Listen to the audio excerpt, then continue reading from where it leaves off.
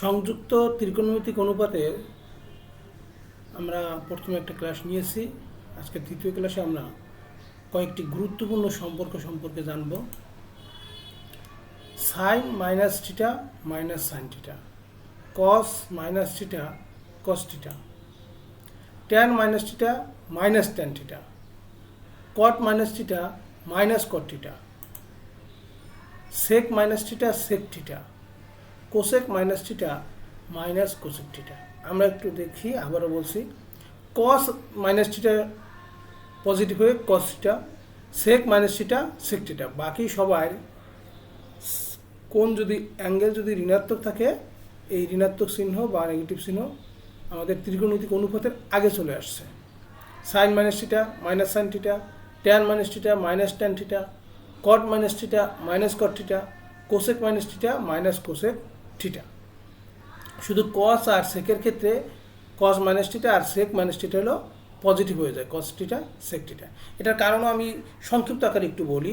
সেটা হলো, আমরা যখন কস মাইনাস থিটা আর সেক মাইনাস থিটা যদি বলি যে এদের যদি অ্যাঙ্গেল কস মাইনাস, অর্থাৎ এখানে অ্যাঙ্গেল কিন্তু ঋণাত্মক, আমরা যদি মানে অ্যাঙ্গেল যদি আমরা চিন্তা করি এবং আমাদের যে চতুর্ভাগ সেই চিন্তা যদি আমাদের থাকে, সেক্ষেত্রে আমরা দেখব যদি আমরা নেগেটিভে যাই কোণ, অর্থাৎ আমাদের এক্স অক্ষ বরাবর থেকে আমরা যদি কোণটা নেগেটিভের দিকে যাই, তাহলে আমরা দেখব সেই কোণটা আমাদের চতুর্ভাগে পড়ে এবং চতুর্ভাগে কস আর সেক এরা শুধুমাত্র পজিটিভ, বাকি সাইন ট্যান কট কোসেক অনুপাত এগুলো কিন্তু নেগেটিভ। এই জন্য কিন্তু cos minus theta cos theta, sec minus theta sec theta, আর বাকি সবাই ঋণাত্মক হয়। আমরা মান নির্ণয়ের দু একটা অঙ্ক দেখি। কস 690 669, আমাদের সংযোগ গণিতের বলা আছে যে কোণগুলোকে কি n into 90 degree plus minus theta আকারে প্রকাশ করতে হবে। তাহলে কস 7 ইন্টু 90 ডিগ্রি প্লাস 60, এটার হলো আমাদের 690। 669 ডিগ্রি সমান লেখা যাবে 7 ইন্টু 90 প্লাস 60 ডিগ্রি।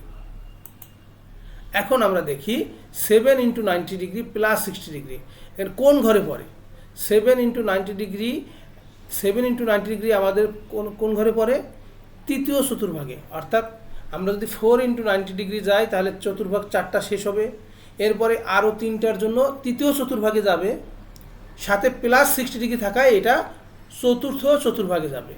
তাহলে আমরা জানি ওই যে এখানে দিয়ে দিছি চতুর্থ কোণ এবং বিজোড় গুণিতক। বিজোড় গুণিতক কি? 90 ডিগ্রি আছে বিজোড় সংখ্যা, অর্থাৎ 7 ইন্টু 90 ডিগ্রি, 7টা 90 ডিগ্রি আছে বিজোড় সংখ্যা। সেক্ষেত্রে আমরা বলছি বিজোড় সংখ্যা 90 ডিগ্রি যদি বিজোড় হয় তাহলে কস পরিবর্তন হয়ে সাইন হয়, আর এক্ষেত্রে আমরা কস পরিবর্তন সাইন হয়। আর আমাদের বলা আছে যে যদি তার নিজের ঘরে হয় তাহলে চিহ্নের কোনো পরিবর্তন হবে না। তাহলে আমরা 90 ডিগ্রি 7টা হওয়ার জন্য সাইন লিখেছি, তারপর থিটা দিলাম, আর যেহেতু কজের নিজের ঘরে চতুর্থ চতুর্ভাগে এই জন্য সাইন 60 ডিগ্রি, কোনো নেগেটিভ চিহ্ন আসবে না। কারণটা এখানে লেখা আছে চতুর্থ কোণে পড়ে, অর্থাৎ চতুর্থ কোণে কে পজিটিভ? কস আর সেক পজিটিভ। এখানে যেহেতু কজ আছে এই জন্য আমাদের এখানে কোনো নেগেটিভ চিহ্ন হবে না। এবং বিজোড় গুণিতকের জন্য আমাদের কস পরিবর্তিত হয়ে সাইন হয়েছে। এবার আমরা জানি সাইন 60 ডিগ্রি মান কত? √3/2। আমরা আরও একটা অঙ্ক দেখি। সেক মাইনাস 1500 ডিগ্রি, ঠিক আছে, 1500 ডিগ্রি। তা আমরা শুরুতে জানি সেকের পরে যদি মাইনাস থিটা হয় তাহলে হয়ে যাবে সেক থিটা। তাহলে সেক মাইনাস 1500 ডিগ্রি হয়ে গেল সেক 1500 ডিগ্রি। এবার আমরা এই 1500 ডিগ্রি বা 1500 ডিগ্রিকে আমরা n into 90 degree plus minus theta আকারে প্রকাশ করব।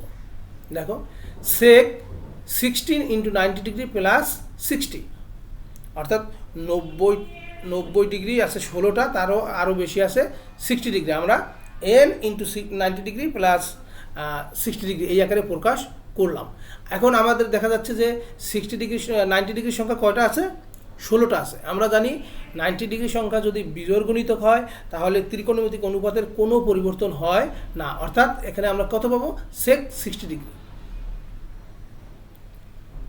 সেক 60 ডিগ্রি, সেক 60 ডিগ্রি।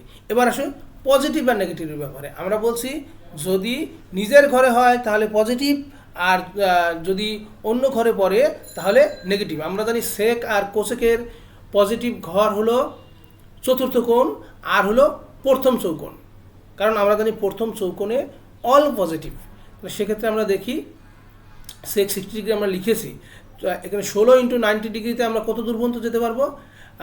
4 × 90 ডিগ্রিতে একবার সম্পূর্ণ চতুর্কোণ ঘুরে আসে, তাহলে 16 × 90 ডিগ্রিতে 4 বার ঘুরে আসলো, প্লাস 60 ডিগ্রিতে পড়বে কোন ঘরে? প্রথম চৌকোণে। আবার 90 ডিগ্রি সংখ্যা জোর, তা 90 ডিগ্রি সংখ্যা জোর হয়, সেক থাকলো, আর অল পজিটিভে ঘোরার কারণে কোনো নেগেটিভ চিহ্ন আসলো না, তাহলে সেক 60 ডিগ্রি। সেক 60 ডিগ্রি মান কত? 2। তুমি চাইলে 60 ডিগ্রি মান যদি তোমার মুখস্থ না থাকে, কস 60 ডিগ্রির মান কিন্তু অনেকেরই মুখস্থ থাকে। আমরা চাইলে সেক 60 ডিগ্রি সমান 1/cos 60 ডিগ্রি লিখতে পারি। পরে আমরা জানি cos 60 ডিগ্রির মান হাফ, সো 2 হয়ে যাবে। আমরা দেখব cos 49π/6 আর tan 5π/2 মাইনাস 19π/3, এই দুটো অঙ্ক দেখি আমরা। cos 495/6 cos 16 × π/2 প্লাস π/6, অর্থাৎ n × 90 ডিগ্রি আকারে যদি লিখি, 16টা π/2 আছে প্লাস π/6 আছে। তাহলে আমরা জানি 90 ডিগ্রি সংখ্যা যদি জোর হয় তাহলে অনুপাতের কোনো পরিবর্তন হয় না, তাহলে cos π/6 হবে, cos π/6।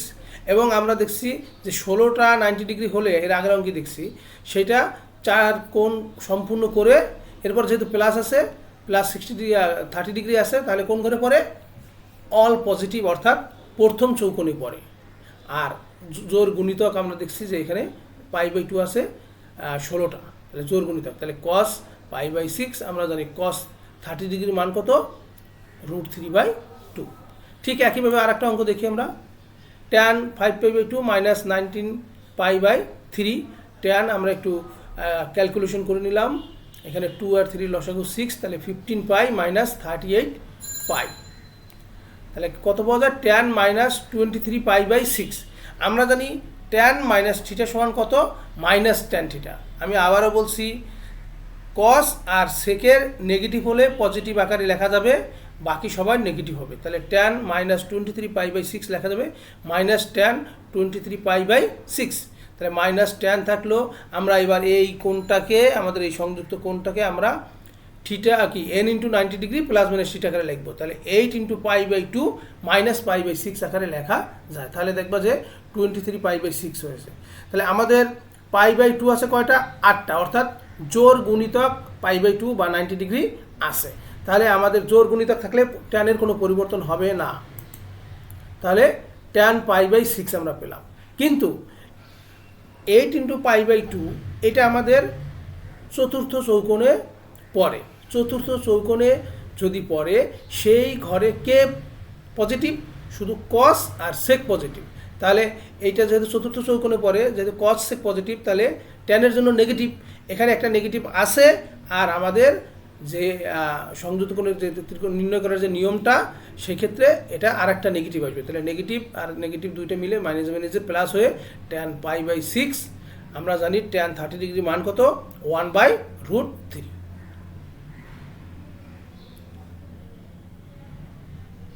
তাহলে tan 30 ডিগ্রি মান কত? 1/√3।